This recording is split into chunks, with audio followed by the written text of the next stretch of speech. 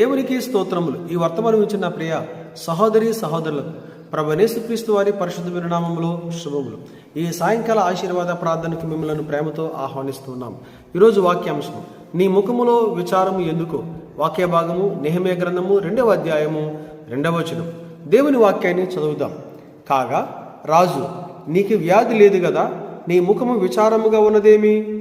నీ హృదయ దుఃఖము చేతనే అది కలిగినదని నాతో అనగా. ప్రియ సహోదరి సహోదరులారా, మనము చాలా సందర్భాలలో చాలాసార్లు బయటకు నవ్వుతున్నట్లు కనిపించినా లోపల మాత్రం బాధ, భయం, ఆందోళన, చింత కలిగి ఉండే సందర్భాలు మనకు ఎదురు కావచ్చు. స్నేహితులతో ఉన్నప్పుడు కానీ, బంధువులతో ఉన్నప్పుడు కానీ, ఇరుగు పొరుగు వారితో ఉన్నప్పుడు కానీ వారు మన ముఖమును చూసినప్పుడు ఇలా మనలను ప్రశ్న అడిగే సందర్భాలు రావచ్చు. నీ ముఖం ఏంటి ఇలా ఉంది? నీ హృదయంలో ఏం ఆలోచిస్తున్నావు?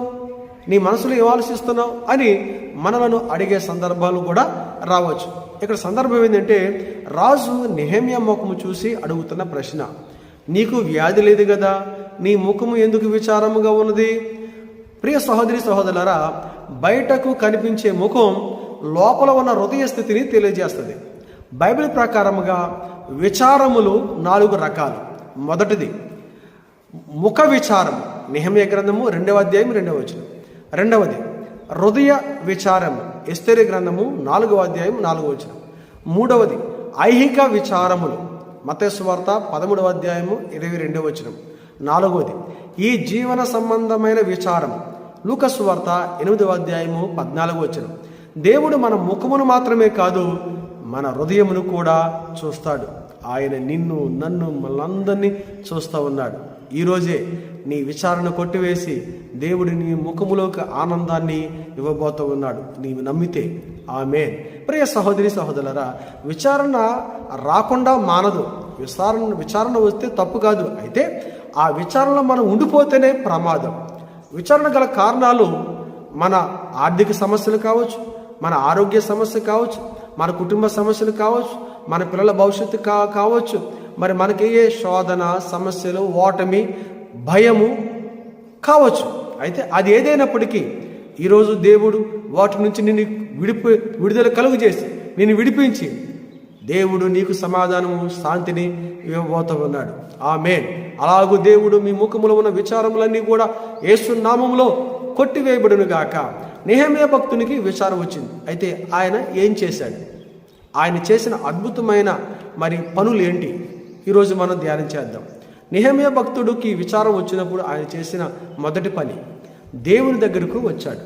ప్రియ సహోదరి సహోదరులారా, ఇర్మియా గ్రంథము 31వ అధ్యాయము 13వ వచనం.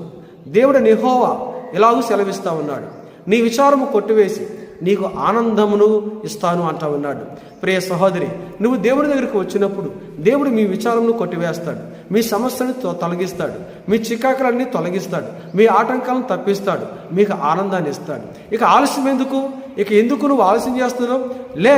ఇదే అనుకూల సమయం, దేవుడి దగ్గరికి వచ్చే సమయం. ఎవరైతే దేవుని దగ్గరికి వస్తారో దేవుడు వారిని దీవిస్తాడు, ఆశీర్వదిస్తాడు, వాదారుస్తాడు, వారికి కలిగిన అవసరతలన్నీ దేవుడు తీరుస్తాడు. ఇర్మియా గ్రంథంలో రాయబడిన వాగ్దానములన్నీ కూడా నీ జీవితంలో నువ్వు పొందుకుంటావు. నీవు దేవుని దగ్గరికి రా.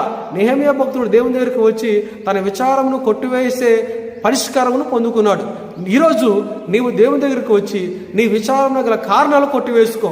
అది ఎంత పెద్ద కారణమైనా యేసు నామములో అది తొలగిపోద్ది. అది ఎంత పెద్ద సమస్య అయినా యేసు నామములో తొలగిపోద్ది. ఆనందము, సంతోషమును నువ్వు పొందుకుంటావు. యేసు క్రీస్తు వారి పరిశుద్ధమైన నామములో మన రక్షకుడు, మన ప్రభు యేసు క్రీస్తు వారు నీకు సమాధానమును, శాంతిని ఇస్తాడు. నీ విచారములన్నీ కొట్టివేసి. రెండవ పని, నెహెమ్యా భక్తుడు తనకు వచ్చిన విచారంలో చేసిన రెండవ పని ఏంటంటే ప్రార్థన. అవును, ప్రార్థన మన పరిస్థితులను మార్చివేస్తుంది, చీకటి నుండి వెలుగులోనికి నడిపించేది, గడాంధకారమును తొలగిస్తుంది, సంతోషము, సమాధానమును కలుగు చేస్తుంది. ఎస్తేరు గ్రంథము 4వ అధ్యాయం 4వ వచనం. ఆ దేశంలో ఎస్తేరు తన ప్రజలందరూ విచారంలో ఉన్నారు. వారికి పెద్ద శోధన వచ్చింది, సమస్య వచ్చింది. ఆ సమస్యలో, ఆ శోధనలో ఏం చేయాలో వారికి అర్థం కాలేదు. అలాంటి పరిస్థితుల్లో వారు ఒక మార్గాన్ని ఎన్నుకున్నారు, ప్రార్థనా మార్గం. ప్రియ సహోదరి సహోదరులారా, మరి నీ ముందు ఎందువల్ల నీకు విచారం వచ్చిందో నీకు అర్థం కాకపోతే నువ్వు ఎన్నుకోవలసిన మార్గం ఏంటంటే ప్రార్థన మార్గం.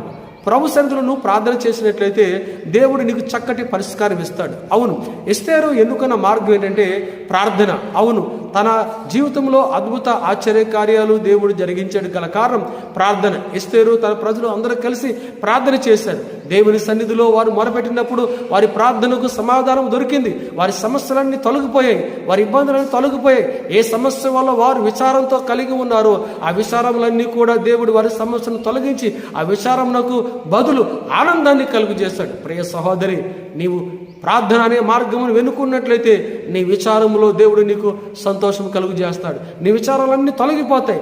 ఎందువల్ల నీకు విచారం వచ్చిందో, శత్రువు వల్ల వచ్చిందా, వ్యాధి వల్ల వచ్చిందా, బాధల వల్ల వచ్చిందా, ఇబ్బందుల వల్ల వచ్చిందా, ఇరుకు వల్ల వచ్చిందా, మరి ఆర్థిక సమస్యల వల్ల వచ్చిందా, నీ స్నేహితుల వల్ల వచ్చిందా, నీ కుటుంబస్తుల వల్ల వచ్చిందా, విచారం ఎందువల్ల వచ్చిందో, అయితే ఆ విచారములను అన్నిటి నుంచి నువ్వు తప్పించబడాలంటే నీవు దేవుని మార్గములో ఉన్న ప్రార్థనా మార్గమును ఎన్నుకో.